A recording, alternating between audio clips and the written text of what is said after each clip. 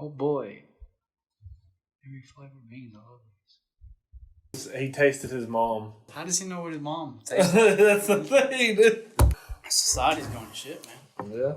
We gotta join him. We gotta join them. We have to. It's in our bylaws. If you can't beat them, join them. Join. Join. I done did a lot of things in my day. I admit it. I don't take back what I say. If I said it, then I meant it. Can we give you this video now? We got the joiner out the way. Hey guys, welcome back to the channel. Lostlegendstv. We are Rated MC. And I'm Ray. I'm James. We're finally getting to the reboots. We're going to start with the Rob Zombie Halloween. 2007. Off of memory, I kind of remember, sort of liking the movie. Did you see it in theaters? No, actually, I watched it on DVD. That's the first time I ever got it. But, watched it again. Yeah, I watched it today.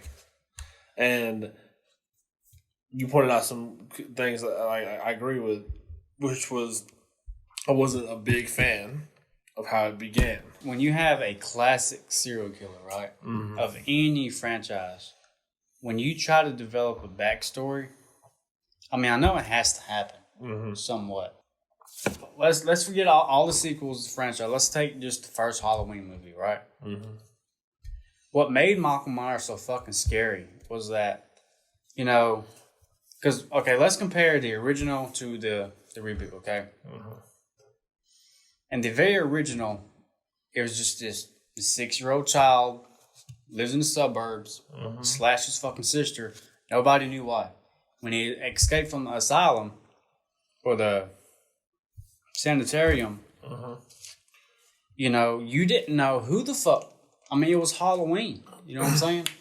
I mean, Michael Myers could have been anybody. He was mysterious, That's what made it scary to me. Basically, you think they dove too deep into his backstory. Well, not really, because, again, Rob Zombie, and, again, I'm not shitting on Rob Zombie. I'm not. But I am at the same time. I grew up loving Rob Zombie. My cousin Edward got me into his music. A game I used to play, Twisted Metal, featured Rob Zombie, Dracula. He was a playable character, and he was on the soundtrack. But anyway, let's go on a tangent. When they dove into the backstory of Michael Myers in this reboot, Rob Zombie did what he always does. And that was one of my biggest fears, even way back in 2007, when I was fucking 12 years old. Well, I was 13 at the time. Yeah, I was 13. Cast his wife, which Sherry Moon, in some movies, she's really fucking good. But he goes the hillbilly, fucking incest kind of fucked up childhood kind of thing. And it gets old. It gets bland after a while. You know what I'm saying? Yeah. And it was just lazy. It was really fucking lazy. Even some of the dialogue. I do like the character that Michael's mom was dating. He played a very good role at being a fucking cunt. Oh, yeah. That you absolutely hated that dude. I'm gonna go fuck the shit out of you, boy. Cut your dick and balls off. Change the name to Michelle. He was a fucking cunt. Yeah, he was an ass. But they really didn't dive into the backstory. Was most of the school stuff. Yeah, that him getting bullied and shit, and then they found all those dead animals in his fucking locker. Yeah, one of the opening scenes is he has this pet rat named Elvis, and he kills it, right? Other than that, I mean, that's it. Back to the school thing, they pull out a dead cat they found in his bag. Everything, he killed it, blah, blah, blah, and a few pictures. But other than that, they didn't... I would have liked to saw a in-depth of, how you see this child go downhill, his mental health is decreasing besides just this lazy fucking dialogue. It's hey, he's doing this. I do like the fact that he took down the bully, though. That was dope, yeah. Because, it's when he took him down, he started talking shit, and then Michael's still beating the fuck out of him, and he starts begging for murder.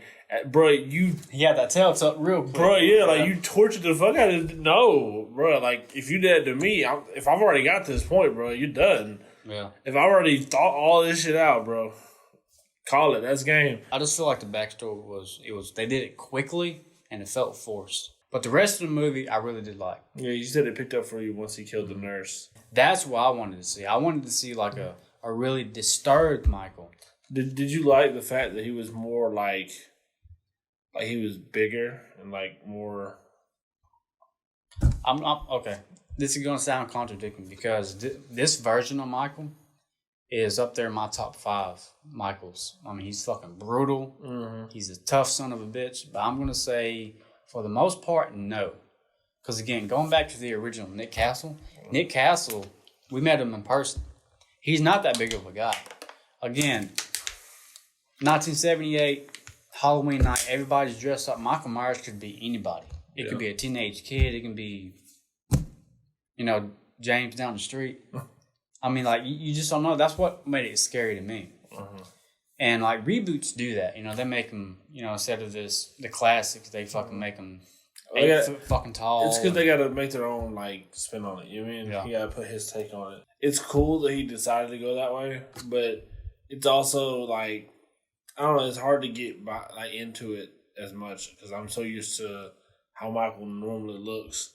And it's not to say that it's a bad thing because I'm sure there's some people who thought Michael should be fucking strong as shit. You know what I mean? Like, basically, he ended up being Jason. You know basically, yeah. And I'm not saying that, like, Jason is, like, overly powered, more powerful than Michael Myers. But if you look at the size, and, like, especially towards the later movie, like with Freddie Richard, he just smacked that one girl and just fucking sent her flying and shit. Fucking half football field away. You know what I'm saying? Like, Michael's not doing that stuff. He's getting up on you and he's fucking stabbing you and doing whatever he can to kill you. But he's not using overpowering force all the time. That's what I like about the Halloween 2018. Not to go on a tangent again, but they kind of humanized him. Yeah. He wasn't this fucking 7-foot fucking monster. I mean, again, he was an older version of Michael. That's what I liked about it. Cosmetically, I really do like the way Michael looks. Yes, very. I mean, he looks fucking scary. Like the mask looks decayed. I mean, it's perfect, spot on. I also thought Rob Zombie did a very good job of capturing the Halloween atmosphere in it. It felt like a Halloween movie. It really did. And for the most part in this movie, Michael is humanized. Once he gets shot, he goes down. Yeah. I mean, he gets back up. But, they're never going to keep him down. Now, H2 is a completely different story. Dude, if we review H2, I'm going to be mad as fuck. Do you not want to? Like, I want to, but I just know I'm going to get fucking mad about it. Because the movie's just fucking trash. I got to go back and watch that one again, too, because I don't remember that one as much. Probably just a fucking... I know. Let's save it. You go on a tangent on that one to this one. Me and Taylor at work talked about that one day for like 6 hours straight. Let's talk about fucking Danny. Okay. Danny Trejo. I loved his character. And I loved how they incorporated him, like, kind of taking care of Michael Myers. And also, there's 2 different versions of which Michael breaks out. There's one part where those 2 fucking guards rape that girl. And Michael said, like, some fucking hillbilly idiots. And then in the theatrical version, he just breaks the fucking chains. So there's different versions of this movie. The theatrical version, that's pretty fucking wicked. The way he kills all those guards. So if I had to pick a favorite one, it would probably be Child Michael when he fucking duct tapes that dude up and cuts his fucking throat and watches him. That was pretty sick. The cut, dude. Yeah. It's just because, like, you wanted to see him die, though. At that point, like, anytime I see someone who's that much of an asshole to any child in a movie, I want to see you get murdered like that. Well, dude, to me, it was the visual. Because after his fucking throat was slit, like, they pan up to Michael's face and things start to blur. Like it was an actual POV shot. Shit. Dr. Loomis was also very good. Yeah. He did a very fantastic job of playing Dr. Loomis. When you had to follow up on somebody who's been playing a character throughout the whole fucking franchise, that's very hard to do, and he did a very good job. Again, until they fucked him up in Halloween 2. Yeah. It's like it all into. But this has one of my favorite soundtracks because, again, if y'all don't know, I love to compose. John Carpenter is my favorite, always. And I love Tyler Bates, which also composed this movie. He did a really good job of, like, reinventing the atmosphere. But still keeping it Halloween. Still keeping it Halloween. I love the theme, I love how they use it throughout the movie, but they use the original theme at the very end. How do you think about, like, the contrast of how the story played out in the reboot compared to the original. You see, in this movie, they almost make you feel sympathetic for Michael Myers because he's basically trying to protect his baby sister. Yeah. And if you didn't know, Brad Dourif's in this movie as a sheriff. He voices Chucky. That's fucking dope too. And also, the girl who plays Annie played Jamie Lloyd in Halloween 4 and 5. She's also in this movie. I'm going to pick the original over the reboot. I know that's kind of cliche to do, but Michael Myers, he's fucking ruthless, okay? In certain points in the movie, like when he killed Danny Trejo's character, even though they've been like close for 20 fucking years, it didn't matter. He's still fucking off that motherfucker with a TV. Michael is a cold-blooded killer, right? He don't give a fuck who you are. He's going to kill you whether you like it or not. If you're in his way of the person he's trying to kill, he's going to kill you and then kill them. I don't think the sympathetic thing works. I don't think that they should have. I respect the attempt, okay? Also, I expect them trying to reinvent and make this more of a sympathetic kind of Michael Myers. But this is fucking Michael Myers. If you're going to make a movie about him killing everybody in the goddamn world except for his sister, then have him kill or try to kill her in the sequel, it doesn't work. I also think there should have been a few more kills. I mean, yeah, there wasn't that many. Well, you had Bob, you had because like he killed the little dude at the beginning. Mm-hmm. He killed his sister's boyfriend, the cunt dude, Danny Trejo, the nurse. Yeah, Danny Trejo. Those security guards. Again, the kill count changes depending on which version you watch. Yeah. You had Bob's girlfriend. You had Joe Grizzly. Yeah, I was trying to remember his name for some reason. You said it earlier, I just couldn't remember it because that's how he got his damn jumpsuit and shit. I do think he did a very good job of retelling the classic Carpenter story, but it was kind of like you're watching the same movie twice. Yeah. And that's what I don't like about the reboots, most reboots. Again, like you have to reinvent the story and do something different, but you got to do it right. And you can step outside of the box, but stay within the cardboard. Yeah. To me, this is just a typical reboot movie. So if I had to rank it, I'm going to give it 5 out of 10. Average movie. I was going to say about 5, so. Because like I said, like, there's certain parts that I do really like about it. Like the kill, like an old dude sitting so. And then, again, I really like that one kill of the bully. Just because, like, I feel like him begging for him not to kill him was just so laughable to me in that situation. They'd be like, if every day you came home, I just tormented the fuck out of you every day, and then one day you just had enough, and then like put a gun to my face and like you know, like no, dude, no, just no, like yeah, you don't work that way. No, it don't. Like you can't keep doing that to somebody. I do think it was just a typical reboot, honestly. Like overall, what brought it down for me again was the very beginning. Because let me quote you some dialogue.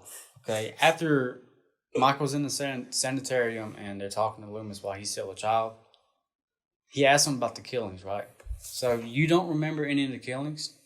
No, I didn't do that. So where did all the blood come from that was on you? I don't know. That was literally the quote. If that's not lazy, I don't know. It's lazy as fucking shit, dude. I mean, it was lazy as fuck. If it wasn't for that, there's this cut on YouTube. I think we talked about this before. Mm-hmm. It's called Coleman Edits. He takes all of that bullshit out. He makes a very good movie. Oh, yeah. What are you talking about that? If you get a chance, you need to watch that. Okay. He takes out all the bullshit. All right. But again, if it wasn't for that, I would have liked to see a better approach of how Michael was either, if you're going to make him like a psychopath, make him a psychopath. You know, just don't say, hey, he's a psychopath. He killed, his sister and all these, then he grows up. Like, you need more. Yeah. If you're going to do a backstory, do a backstory. Yeah, go into it. Mm-hmm. That's the thing, though, is like a lot of people don't do backstories because, they'll do, how that is, with that one, because, they don't want to dig too deep or, spend too much time. You know what I mean? It's great to put a backstory, but, if you spend, the first 30 minutes doing a backstory and the movie's an hour and a half, you know what I mean? Yeah. So I feel like if he'd have worked more in like even if he just like went 15 minutes, if he'd just spent more time focused on that for the first 15 minutes and then went to the normal stuff, I think it would have been a lot better. Yeah, it would have been definitely a lot better. But yeah, he made his choice. Yep, he did. And also, I like that the mom killed herself over what had happened after he killed that nurse. Mm-hmm. I thought that was a nice touch of how she's lost everything and now she feel like she lost Michael, so she fucking offed herself. I do feel like that was a very good touch. Also, the very end, Michael fucking Goldbergs her off the fucking balcony, right? Goldbergs. All right, yeah. I didn't see, well, I knew that was going to happen, but the very end where Laurie shoots him in the fucking head, I never would have saw that coming. Mm-hmm. Never. Ever. I remember seeing that in theaters, and I was like, oh my God, Michael's dead. You did this whole movie? For real, that's exactly what I did. I was like, oh my God, she killed Michael. And then the fucking Halloween thing, like, hell yeah. Yeah. Because back then I liked the movie a lot because it was my first time seeing it. Now that I can, study it, review it, and I know it a lot better, it's not that good. And then 2 came out. I'm just like, don't go on it. Dude, for real, the movie. I know, bro. Let's save it. It's one of the worst movies I've ever seen. Let's save it. But I think that's going to be it for now. Before he gets on that tangent about Halloween 2. Let us know what you thought about the movie. Tell us your favorite kill from Halloween. Like, what would you rate it? Like, if you could rate it, tell us how it compares to the original for you. How did it make you feel compared to watching the original? Again, you might feel different. Just tell us why. Yeah. Open debate. Leave us a comment because we try to answer as much as possible. He answers more often, but that's because like his stuff is linked to it. I have to go back and look to the comments. And then make sure you subscribe. We're almost at 300 now. Yeah, I think we're at 279 now, so trying to make that move up. So just help us out. But that'd be it for now, y'all. So deuces. Adios. What a slam. Bring us back to you, grouches. My crew just might roll on you like